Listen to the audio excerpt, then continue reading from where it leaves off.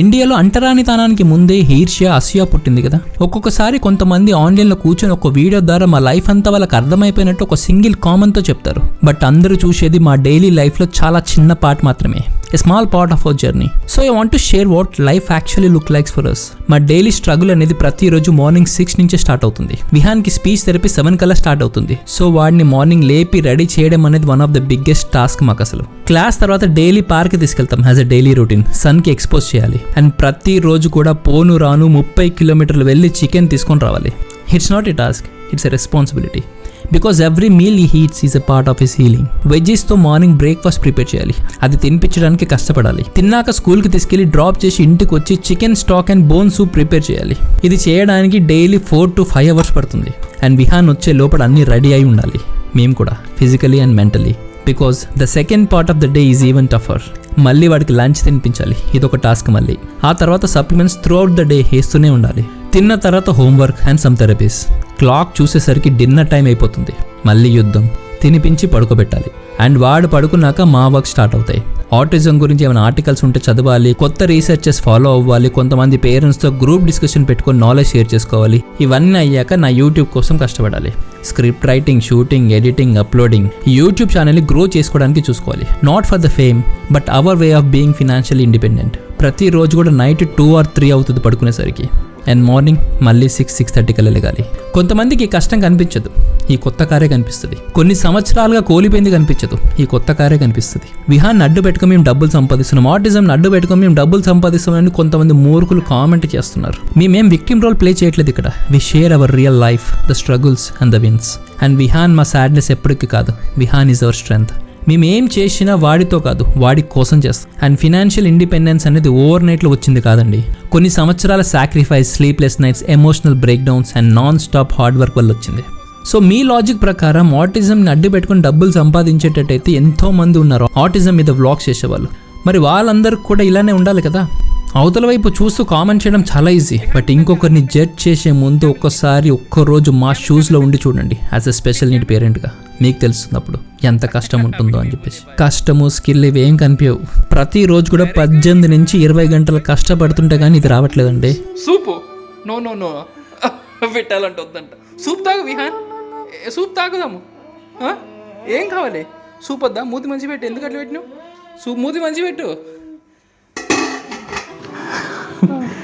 చెప్పు విహాన్, హలో చెప్పు.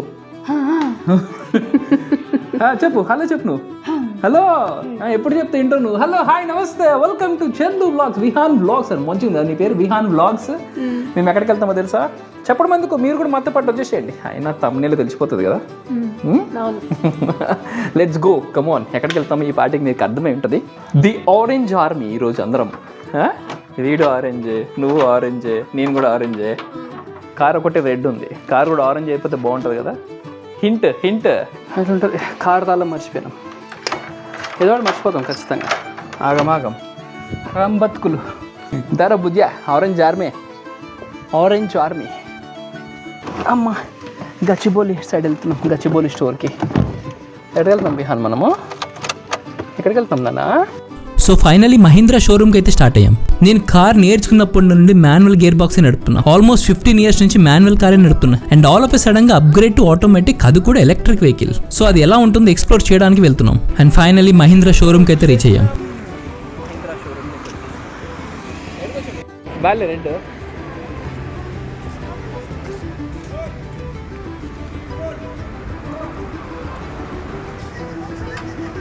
అది push push push Vihan.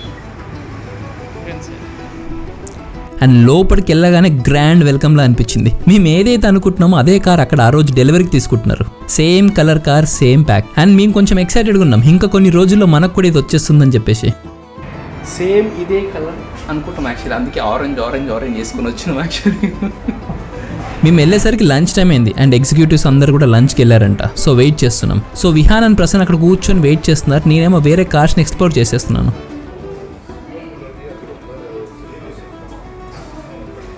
And executive వచ్చాక టెస్ట్ డ్రైవ్కి వెళ్దామన్నారు.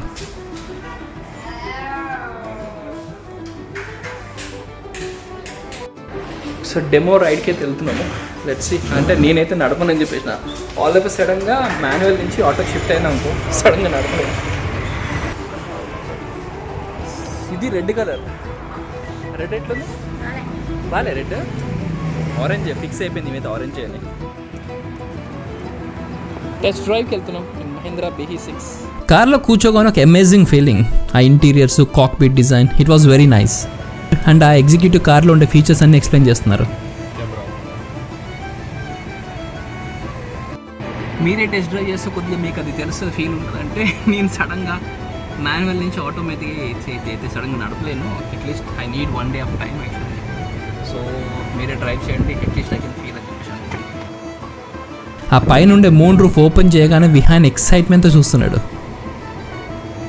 Let's go for a test ride. Now it is all set to experience the BE6 electric car.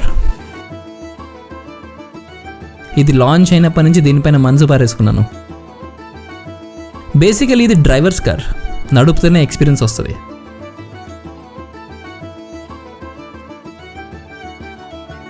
Electric vehicle కదా, torque ఇమీడియట్గా ఉంటుంది, RPMతో సంబంధం లేకుండా.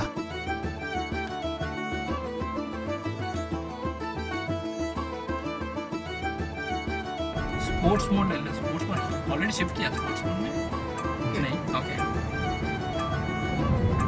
ये रेगुलर. ओके रेगुलर ही काफ़ी दिख रहा है.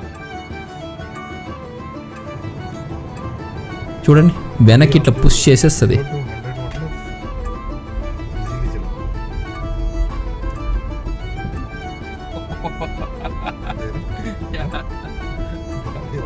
इनका स्पोर्ट्स मोड में इसका 3 times ज़्यादा है. ఈ కార్ని ఫుల్ ఎక్స్పీరియన్స్ చేయాలంటే మంచి రోడ్స్లో తీసుకెళ్ళాలి. అక్కడ కూర్చుంటేనే అమేజింగ్ ఎక్స్పీరియన్స్ అనిపించింది. ఇంకా నడిపితే విహాన్ కూడా ఫుల్గా ఎంజాయ్ చేస్తున్నాడు. అట్లా పట్టుకుంటున్నా మీరు బాగా ఎంజాయ్ చేస్తున్నాడు కూర్చొని. లేదు ఇంకా మంచిగా అనిపిస్తుంది మనకి, గాలి వచ్చి పైన లైటింగ్.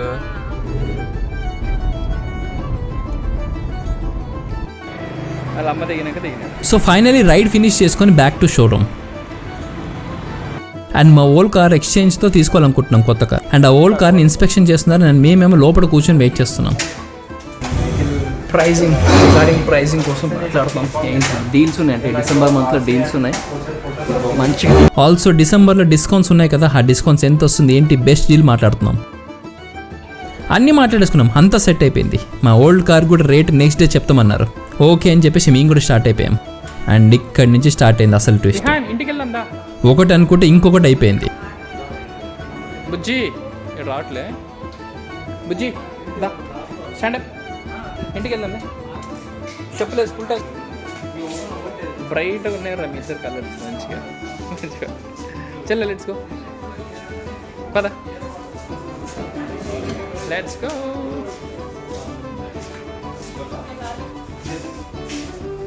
అదేమైంది, ఏం జరిగిందో నెక్స్ట్ వ్లాగ్లో ఫుల్ డీటెయిల్గా ఎక్స్ప్లెయిన్ చేస్తాను. అంతవరకు లైక్ చేసి సబ్స్క్రైబ్ చేసుకోదా. See in the next video. Bye.